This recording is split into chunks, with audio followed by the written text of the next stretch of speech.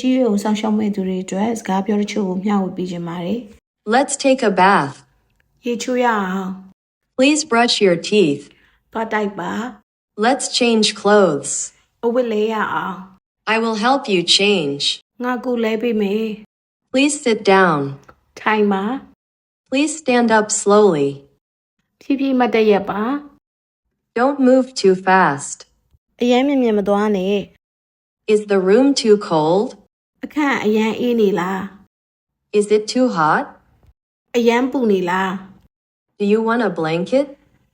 မင်းဆောင်လိုချင်လား I will open the window. ငါဘရင်းမောက်ဖွင့်လိုက်မယ်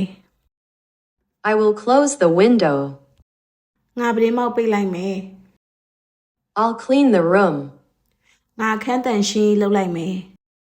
ကြည့်ရှုပေးတဲ့အတွက်ကျေးဇူးအများကြီးတင်ပါတယ်ဒီလိုရမ်းများရှိရင်လည်း comment မှာရေးပေးခဲ့ပါအောင်နော်